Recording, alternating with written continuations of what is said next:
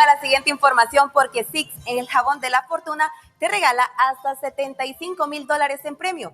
Busca las monedas premiadas dentro de los jabones Six o inscríbete con el ticket de compra. Participa y gana todos los viernes en Arriba Mi Gente hasta $2,000 en premios. Seguimos con más información y le cuento que pobladores de San Vicente Norte esperan que la nueva administración solvente algunas necesidades básicas como la reparación de calles en mal estado.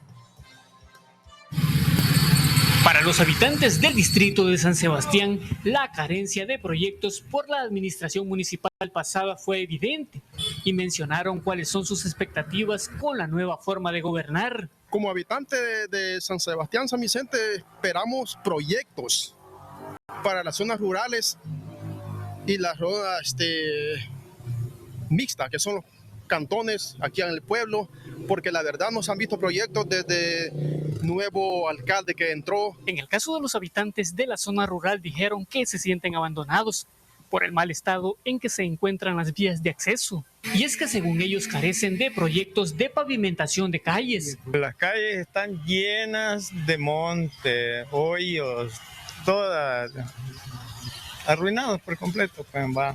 El alcalde que había aquí absolutamente quizás ni conoció al cantón, los cantones. Señalaron que en este distrito hacen falta programas que apoyen al adulto mayor. Ayudarle a los pobres de la tercera edad.